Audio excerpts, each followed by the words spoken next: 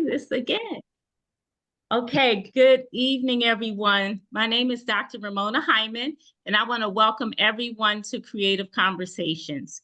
Let me just tell you that the purpose of Creative Conversations is to share the creative genius of writers through their books.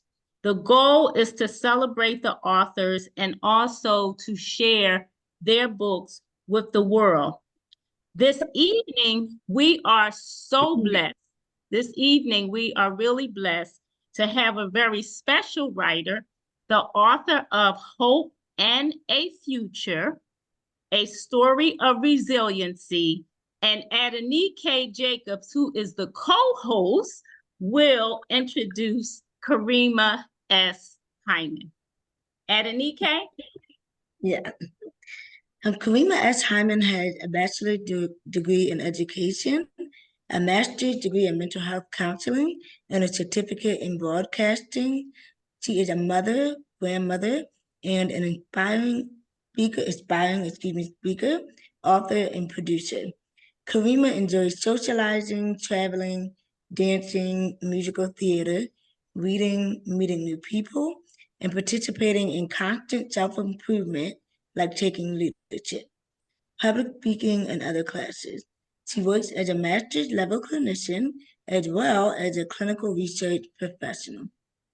So this is a book about resiliency, and its purpose is to relay the message that we all have a story. We all started from somewhere. Some people's starting point is more challenging than others, but no matter how insurmountable the mountains and valleys may seem, you can and will make it through. The pressures of life are not meant to break you nor destroy you. The pressures of life are to make you stronger so that you can tell your story, and in the end, that it may serve to help thousands, if not millions, of others going through similar situations. Nothing happened by accident. Everything happened for a purpose, and that purpose is for you to learn, grow, and serve. Thank you. Thank you, Nike. Thank you so much. And welcome everyone online and welcome Karima S. Hyman. And I am going to ask Karima some questions about her book, and then we will have questions so I want you to put your questions in the chat when it's time to ask Karima questions. Karima, I must say, yes, you are my cousin. I read this, though not as you are my cousin. I read this to be as objective as I know myself to be. And what I found for me is that this book is a tour de force. It's a journey through the challenges and the triumphs and the joys of your life. And for me, and I said, boy, she has such a background. There is this integration of biblical truths, because there's a lot of Bible in this book, psychological analysis, I do that, and then it's a personal narrative. It is you telling your story. And so the question that I have for you to share with the group here is, why did you feel a desire and a need to write this book to tell your story? Well, I felt like I needed to tell my story to heal, really. So basically to heal.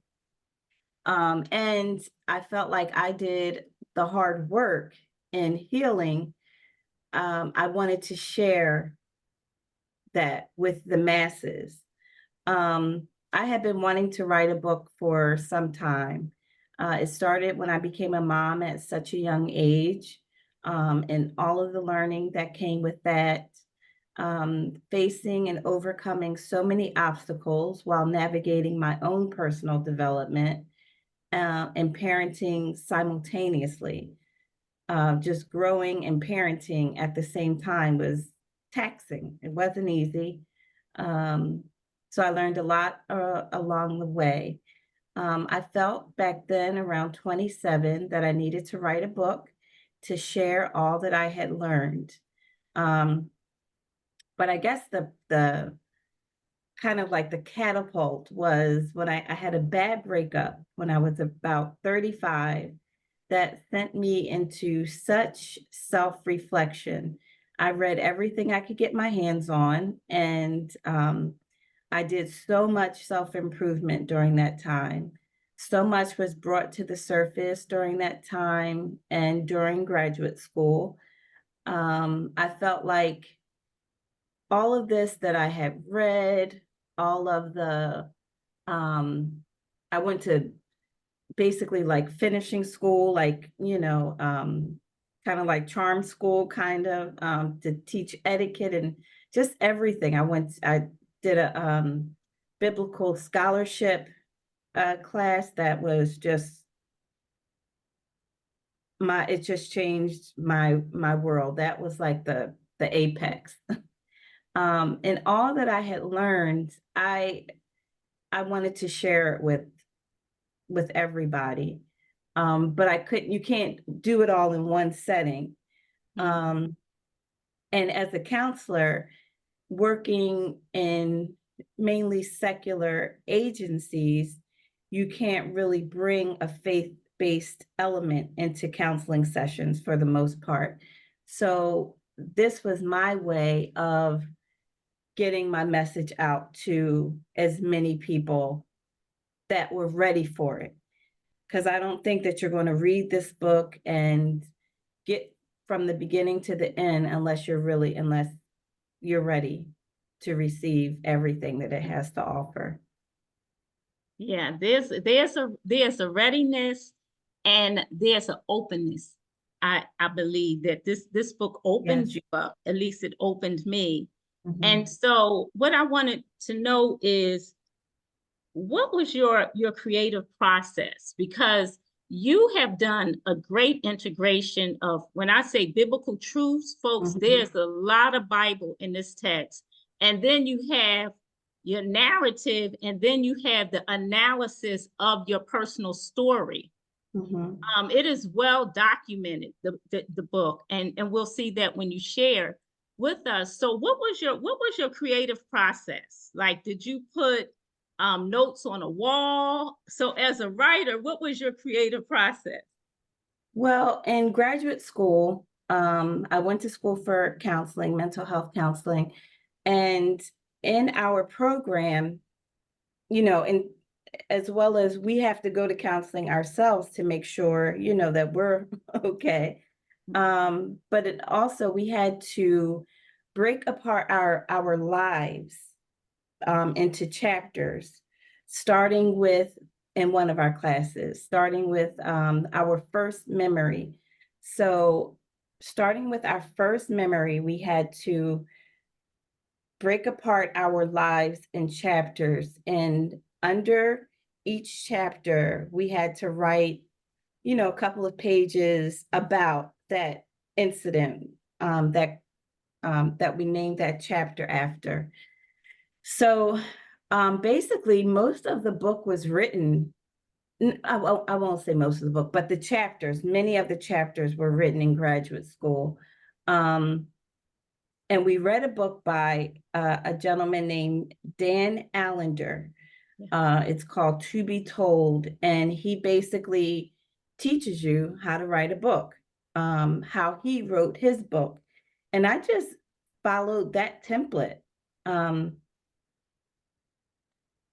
So yeah, I just followed that template. And let me see. Oh, during the pandemic, I was laid off for 3 months. So during that 3 months, I wanted to use that time wisely. And I had come back home from Florida, mostly to take care of my dad because my dad was getting old. He had ailing health. And that was kind of like a phase of life event for me. So, just all of these kind of tragedies or phase of life events that I had gone through and learned so much through, I just wanted to put kind of like journal all of this stuff and put it in a book so that I could help other people. So like I said, the chapters were already written. I just had to expand them and refine them. I read a lot of memoirs, and so that kind of also gave me a template of how I needed my memoir to sound.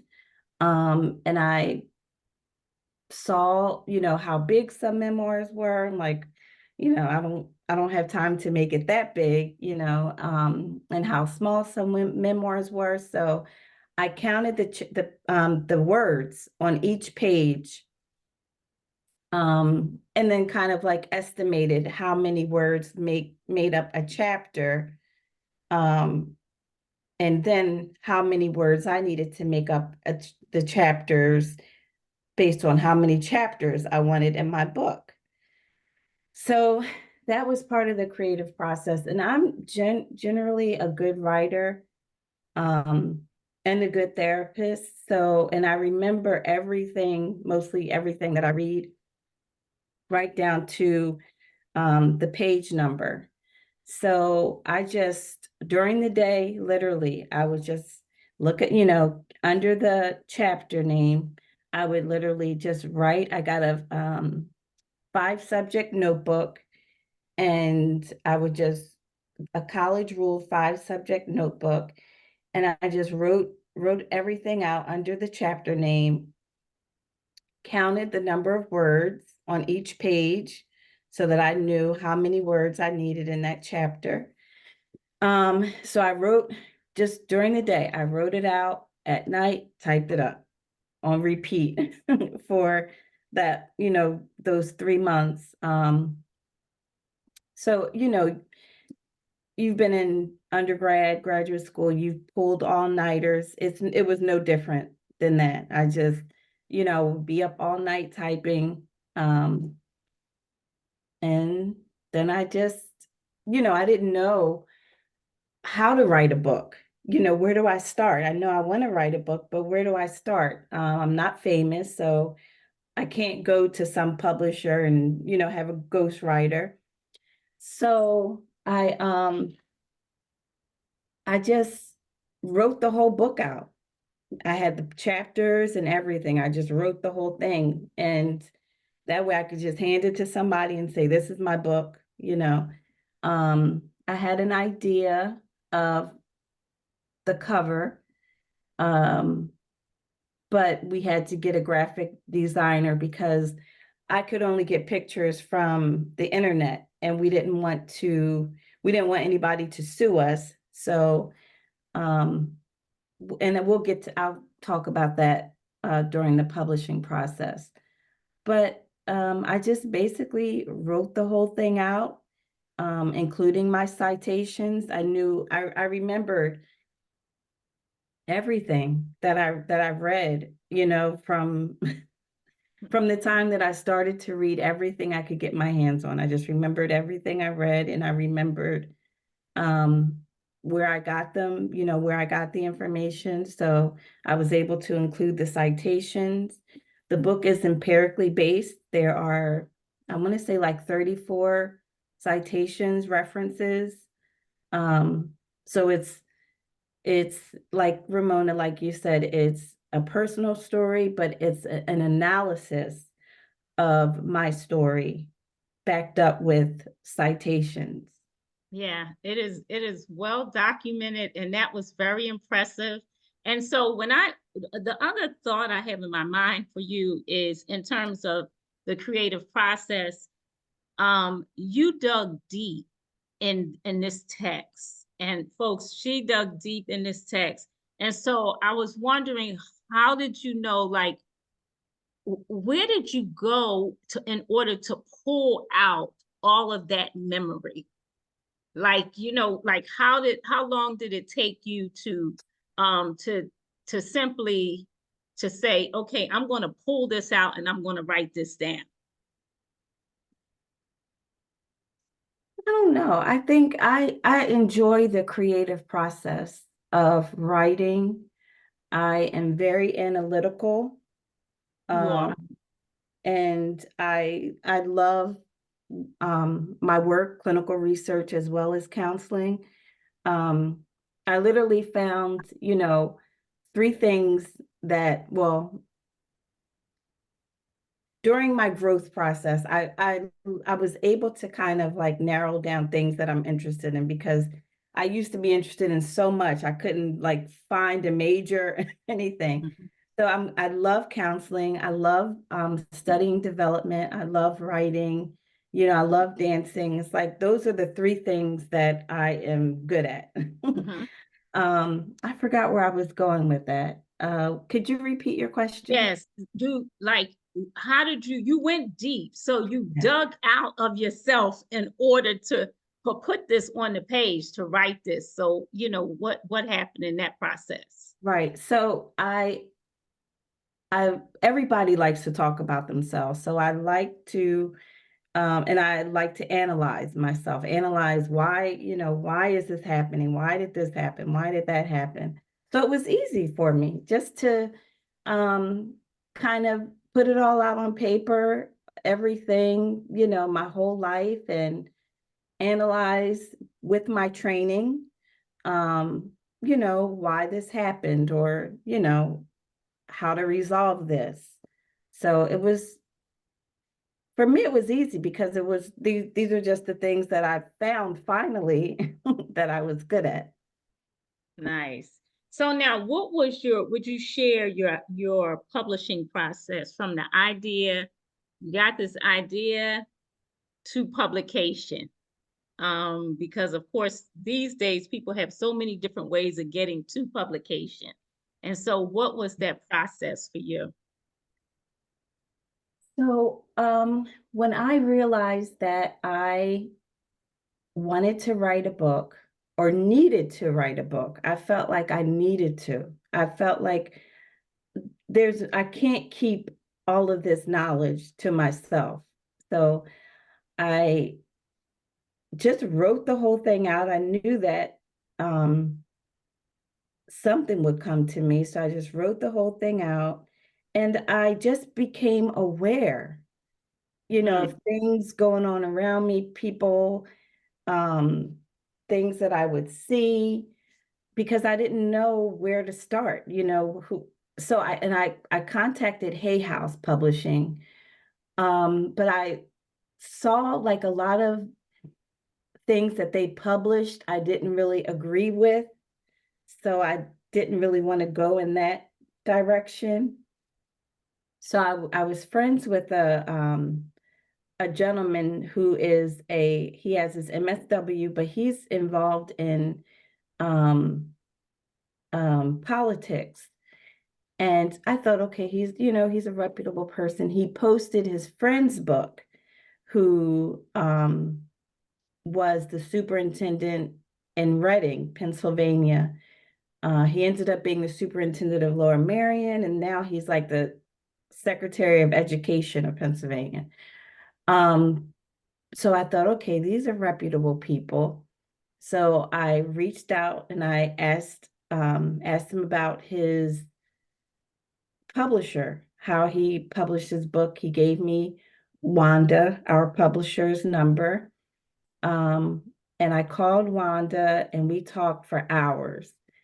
And she publishes books primarily that are urban centered, socially conscious, yes. something like that. So I thought, that's my book. It's with the North Philly element, that's urban, and there are a lot of social elements included. So we just talked, and we knew that we were perfect. This was the perfect fit.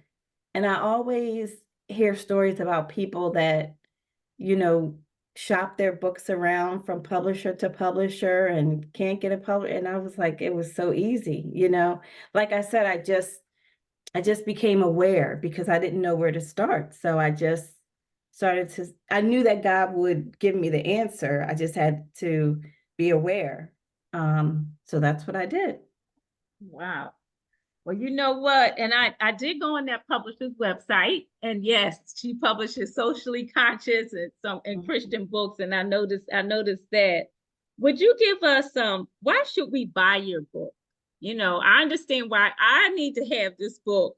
And Nikkei understands why she needs to have the book. But can you take some time to go through the book and then read some excerpts from the book? And this is why we should purchase the book. And in the meantime, I'm going to ask you if you have questions for Karima, then please put them in the chat. Okay, first of all, my book is amazing. It really is. I mean, it's really amazing. It's educational.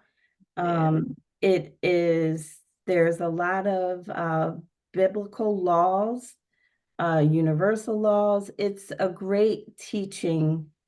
I don't know, just a great teaching material, basically. I think it's beautifully written. I think it applies to anyone, male or female, over the age of 15. I think it's a good book to understand life. It's a good kind of like what do I want to say? Well, it's a good book to understand how to get through the vicissitudes of life.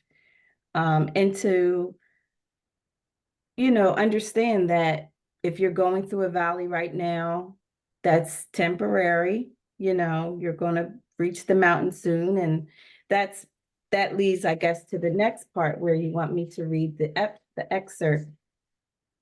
When I'm at vending events, and showcases, and people ask me about, what is your book about? I always tell them to read about the cover, because that pretty much just sums up the point I'm trying to get across in the book.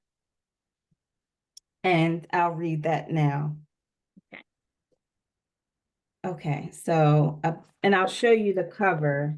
This was before. Oh, well, you have the cover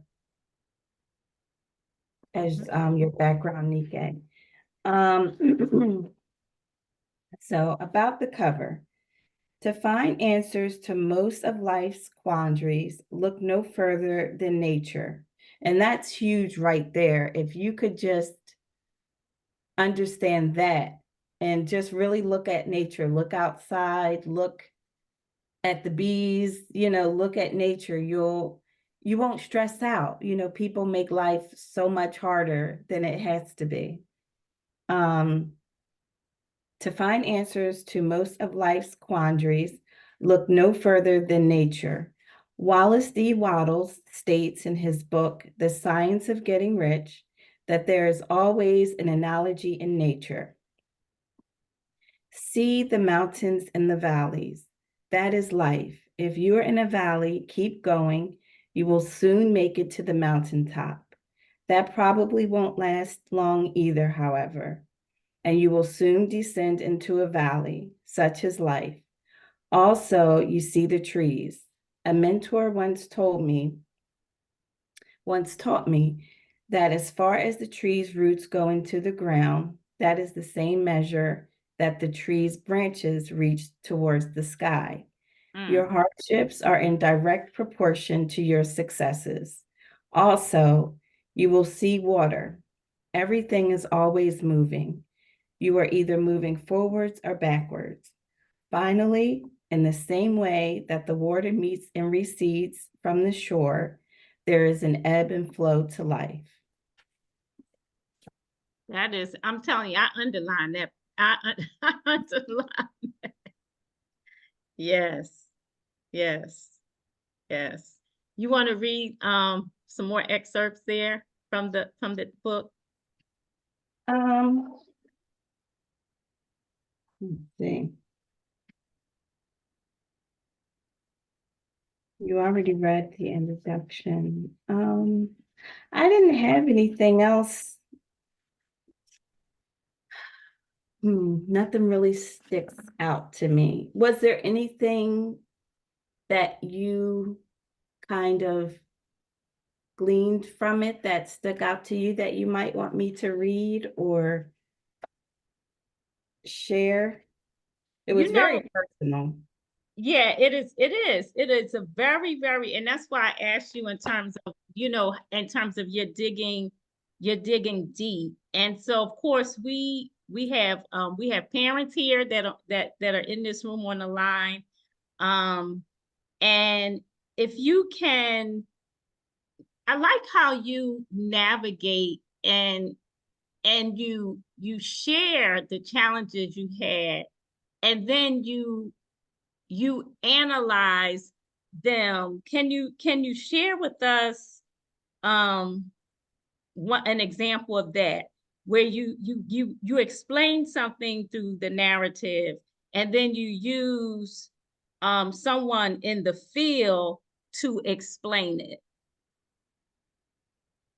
Hmm.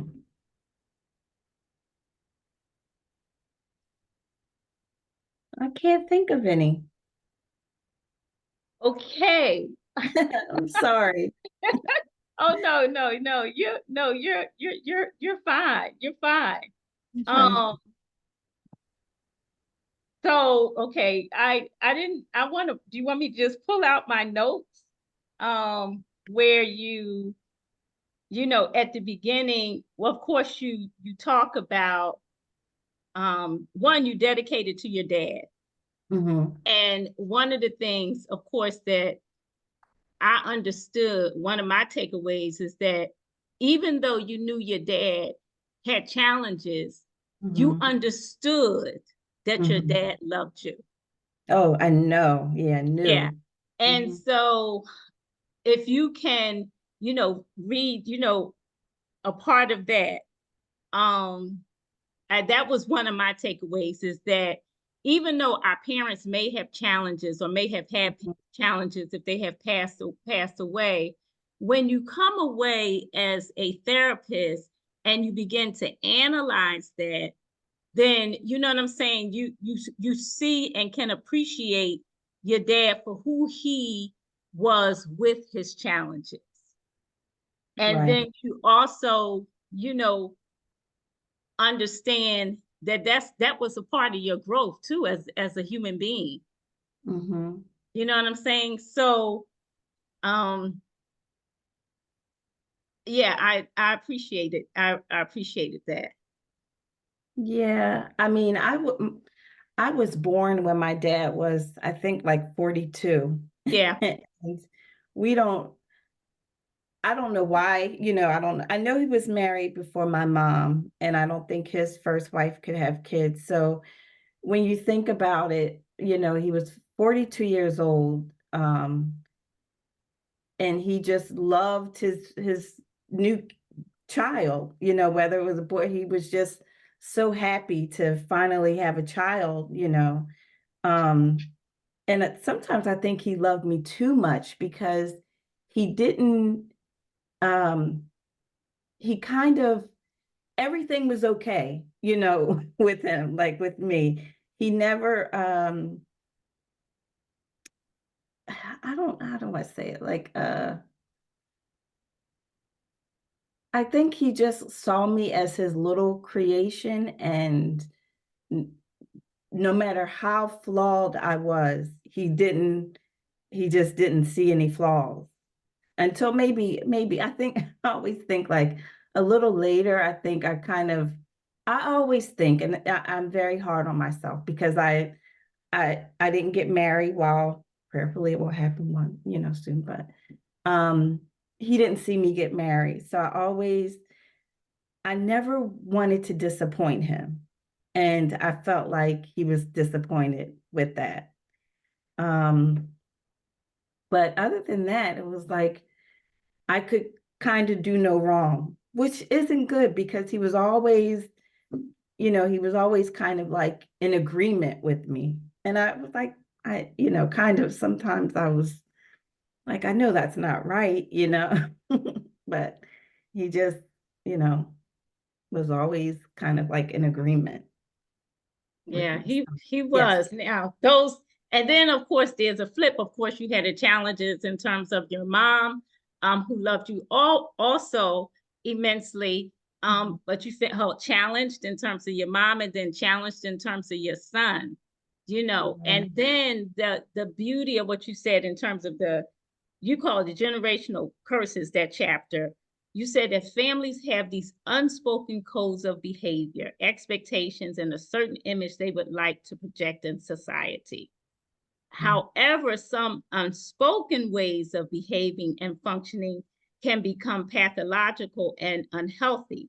When one is not aware of these patterns or of what is truly going on under the surface, it is very easy to subconsciously pass them down to the next generation.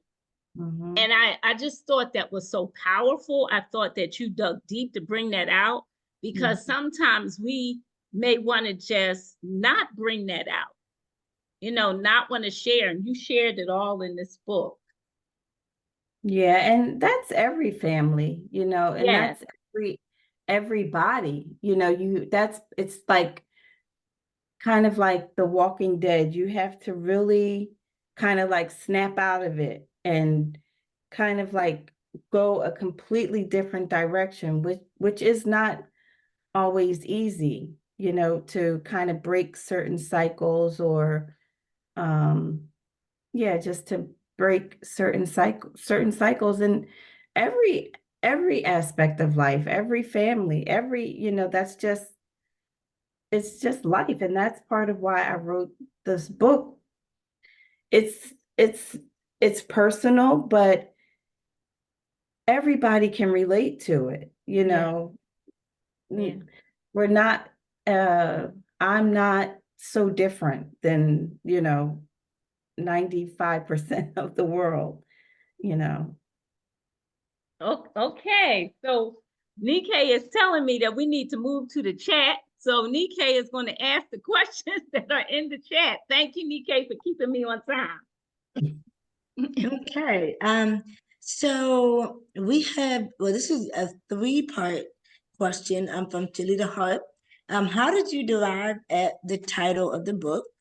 Did you have any reservation due to transparency and openness of your story? And then what advice would you share with other writers who would like to share their story and not fear what others will say or think? Okay. Yeah, those are good questions. I'm gonna open the chat so I can Yeah. see.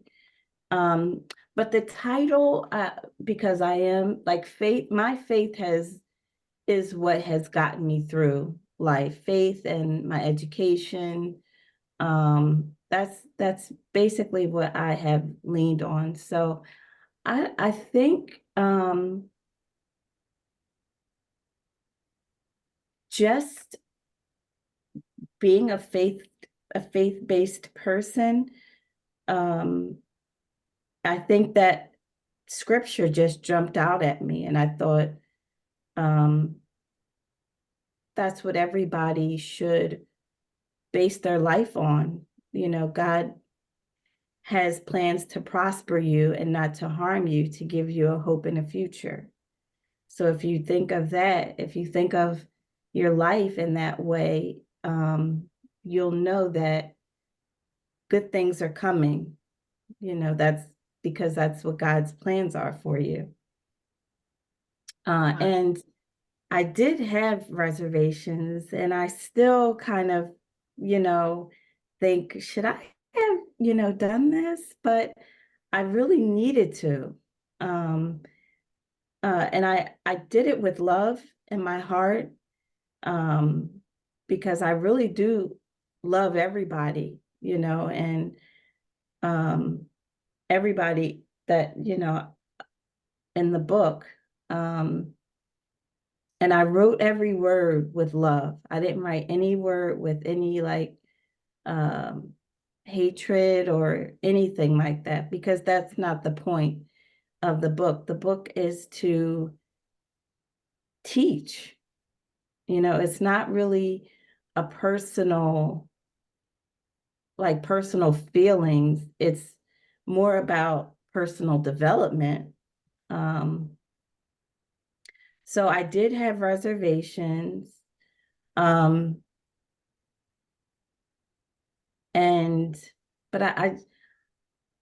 I felt like it was the right thing to do. I prayed on it, and like I said, I didn't write anything with any malice because I love everybody in my family. I really do. And all of my friends, I wouldn't, be friends with certain people if I didn't like them or love them. So I wrote it with love.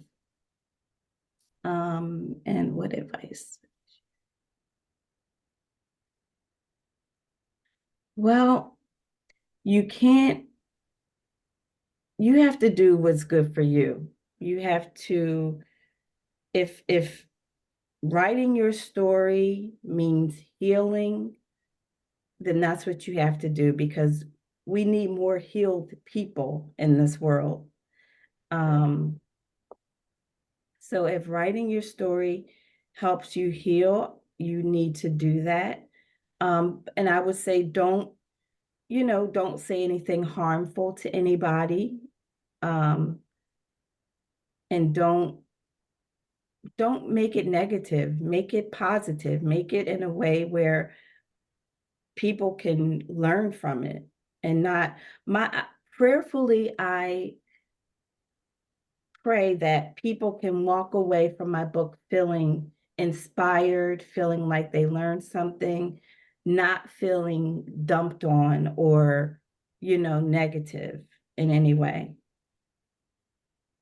So as long as they come away feeling that they have grown by reading your book, I would keep that in the forefront of my mind while writing it.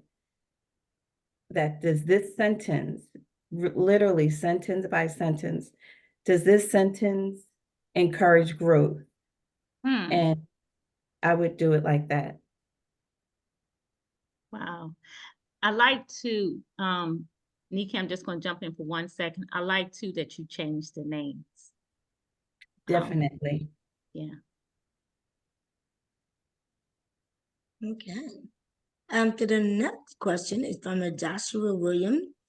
Was the excerpt that you just read something that you experienced in or through the writing process of this text? Not really. It came through that self-reflective period of my life. That's how I learned, some of these things. That's how I came across some of the books. And I just put them all together because they all have something to do with nature.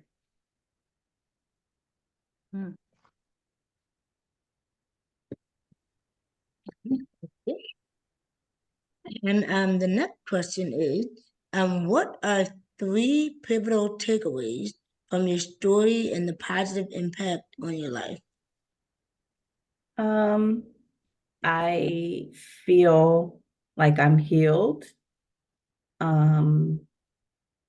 I also feel healed in that I feel like if you read my book, you will have grown in some way.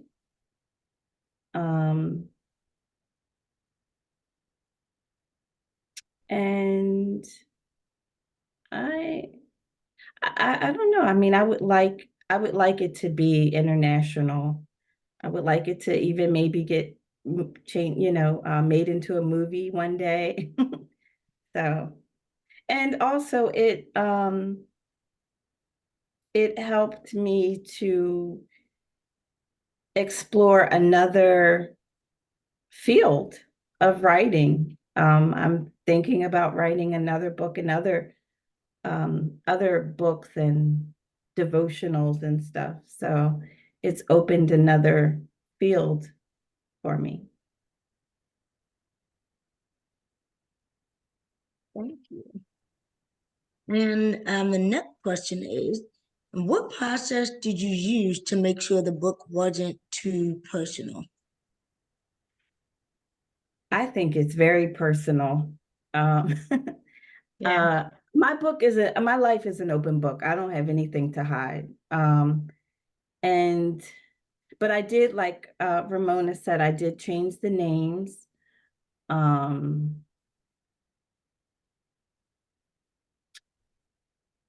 But sometimes I think maybe I should have said it was loosely based, because maybe some people don't remember certain things the way I remember, certain things. So maybe if one, I don't know, well, that's up to the person, whether or not they want to say loosely based or memoir or autobiography, but I think it's pretty personal. But for me, it was needed.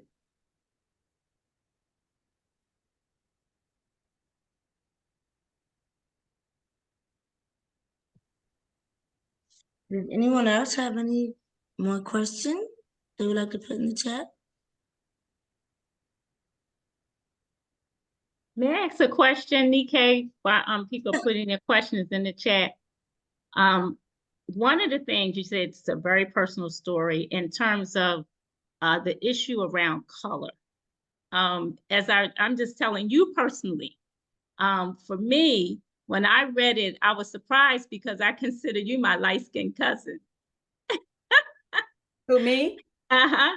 And so I Oh. said, it's interesting the house that we sit in, because you were in a different type of environment. May I read that, a portion of that? Sure. Okay. You said, I was born when my dad was 42 years old. I was his first child. And then you go on that, of course, you had two siblings, and those siblings were lighter. And so you said my mom followed suit. She had two light-skinned kids by her first husband, a boy and a girl.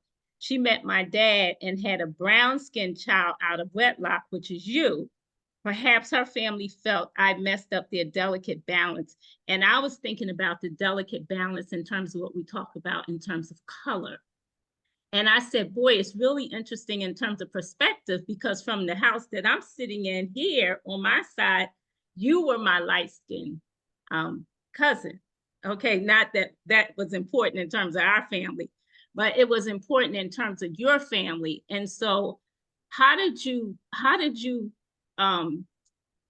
find yourself navigating through that, this whole sensitivity about color? And I have to say, that's just my experience. Maybe that, maybe, like I said, maybe that was just my experience, and that's how, yeah, that was just my experience. Maybe other people or whatever didn't see it that way, but that was my experience. But it was because at school, like I went to school in McKinley, which is a small section in Elkins Park. And there were, there were 3 classes for each grade. And most of the times each class had 1 Black person. So sometimes there were maybe like 3 Black people per grade, or maybe 5 or 6. So at school, I was there were light-skinned Black people, dark-skinned Black people. So at school, I was just a Black person, whether they were light or dark. The light-skinned people were just Black people. So it was, and outside, when I would play with my friends, we were just kids, nothing like that ever came up. So it was easy for me, because the majority of my life, it wasn't a factor. It was just a small percentage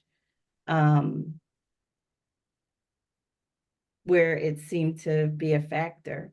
And when I went off to college, people would describe me as light skinned. And I'm like, huh? I've never, I've never heard that before. But I went to a HBCU. So maybe, I don't know. It is funny, the house that you sit in, the environment that you're in. I just think that the whole thing, I wish we would just get rid of it because it's so silly, Issues around color. Nikkei, do you Yeah. see any other questions? No, I don't see any other ones.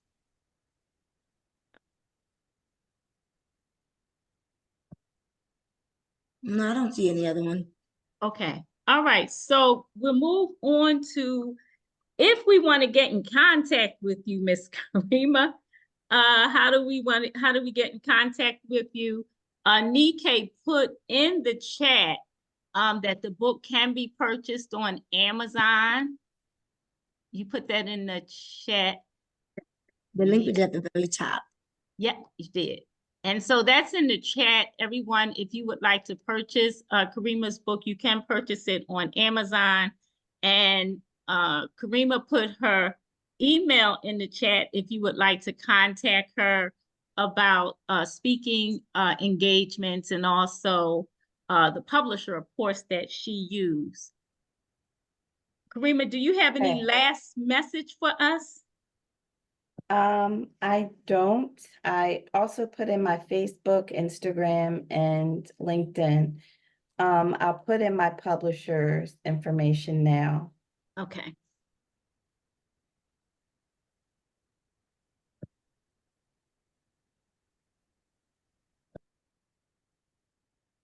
Okay, great. Great. Okay, everyone. I want to thank Karima. I want to thank you. And dear, like you, I pray that this book goes far. This book, it touches the heart. I'm telling you, when you sit and read it, it touches the heart. There are lessons that we do, that I have learned from the text. I had my own, I really appreciate your authenticity. I tell you that is so meaningful, and that you can tell your story, because of course we need to hear our stories, and those that challenge us, that is how we heal. As you said, that is the way that we heal. And so I really appreciate you for taking that time to writing the story. I pray too that like you, that the book goes all over the world, and many people are blessed, and many people are healed, and then many people, of course, learn how to integrate that academic piece in terms of the psychology with that biblical truth and that personal narrative. That's an article that, just how to do that. And so I really want to thank you. I thank you for agreeing to be with us. And I just say to everyone, this is a book that you want to have on your shelf, a book that you want to read, A Hope and a Future, A Hope and a Future by Miss Karima S. Hyman. And so with that, everyone, Creative Conversations would like to thank you for being with us this evening. We will see you next month, which is, of course, where we will feature our poet, Tony Perkins. And so we are happy and we feel blessed. Thank you and good night, everyone. Good night.